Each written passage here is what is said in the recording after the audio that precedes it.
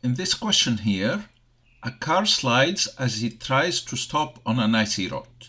The force acting on the car to bring it to a stop is static friction force, gravity, or kinetic friction force.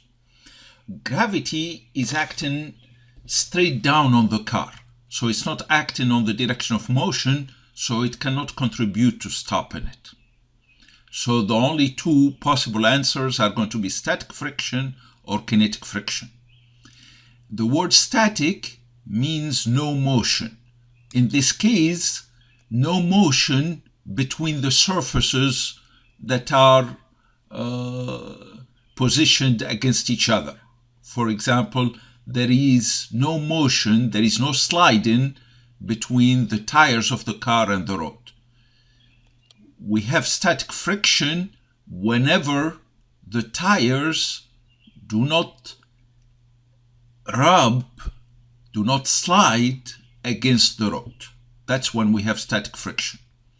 We have kinetic friction whenever the tires are going to rub or slide against the road.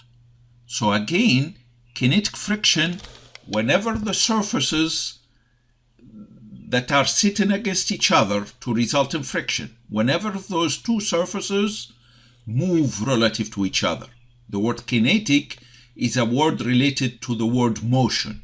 So we have kinetic friction whenever the surfaces rub against each other, slide against each other, move against each other. So that's when we have kinetic friction. We have static friction whenever they sit against each other without rubbing, without sliding. They just sit against each other. For example, if you have a huge piece of furniture that you are trying to push and it does not slide, it does not move. It does not move despite your force because the static friction force that's balancing your force in that case. Now, if you get the piece of furniture to slide, then we have kinetic friction. So in this question, since the car is sliding, the correct answer should be kinetic friction.